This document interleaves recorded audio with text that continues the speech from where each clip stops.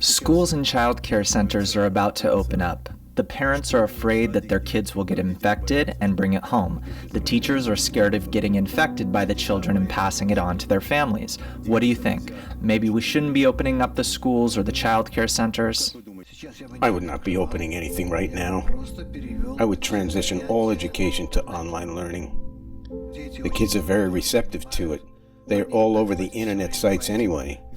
This is what I would channel their assignments in education through. There are wonderful materials. You have everything there.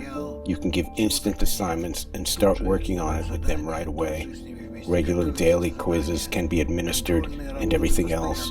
In short, everything is up to us. What about the physical connection of children with each other? The physical connection can be such that it allows them to meet and have contact with each other. But that is not required for learning. They learn on their own with pen and paper and a display and a teacher. All that is available on a computer. What about childcare if parents have to go to work? There's an easy solution for the child care centers. The kids can get used to doing morning exercises via the computer, have assignments, communicate with virtual animals, people, and so on, meaning to embed the habit of virtual connection. So even the very young kids, the child care age, you'd put in front of screens? Of course. Just imagine putting a boy inside a plane. He is sitting there with all these controls. Next to him is a pilot, an adult, teaching him how to maneuver. Can you imagine the possibilities? Do you realize what you're offering to this child? The same goes for a ship or a submarine. This is not a movie. You're showing them about other people. He is the one who's interactively participating in all this. He can even be a surgeon if so inclined. He can listen to a heartbeat and learn how everything works. You must make it all interactive. Make it his life. And when he grows up, he understands what all of these things are.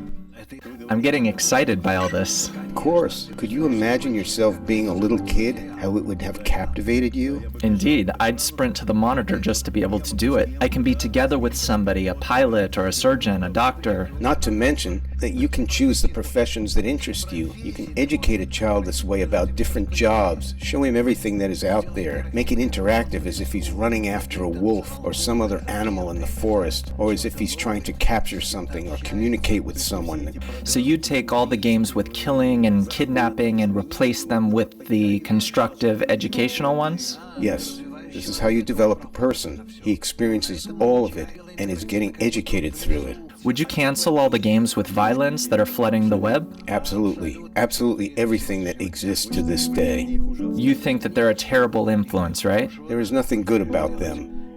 We have to create only these certain interactive programs for the kids for them to feel engaged in life. And these programs would be the right ones. Why don't we do it? Who's interested in this? Well, you're describing it to me now and I'm getting very excited. If I knew how to create such programs, I would build them. Give me the means, some money, people, we would be creating only these kinds of programs. Of course. You would be able to raise children the way you want. You would show girls how to care for babies with diapers, etc. Teach them how to take the baby for a walk. This is a child doing everything herself. She has her picture taken. Yes, you can do that now with a complete feeling of reality. So she's the one taking a baby for a walk. She can see herself from the side, etc. And maybe not even from the side, but through her own eyes. This is life. Then let me ask you about the third factor, the toddlers. Up to what age do you believe a mother has to stay home with her child? To be paid for an extended leave from work without going to work? Usually kids are dropped at daycare centers starting at 6 months old, if not younger. Until 12, 13 years old. 12 to 13 years old? Yes. To pay the mother to stay home with her child? This would no longer be a child, but a full person. Yes. But you're saying that this can be done interactively. Yes, interactively, but he needs to devote most of his time to this. But in any case, you would keep the mother at home with either a boy or a girl until 10 or 12 years of age. Yes, but they would still have a third or half a day for being outside. When a designated person comes and takes boys on a trip to the museum or a sports court. You mean a coach or a teacher who collects boys in a certain neighborhood? to show them the real physical world, is that right? And teaches them how to communicate together also. So this is a daily activity, right? Once a day, a 2-3 hour walk followed by a 2-3 hour session of athletic games on a court.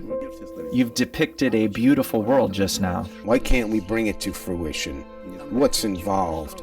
We don't have to build anything for it. We have to change ourselves, that's all.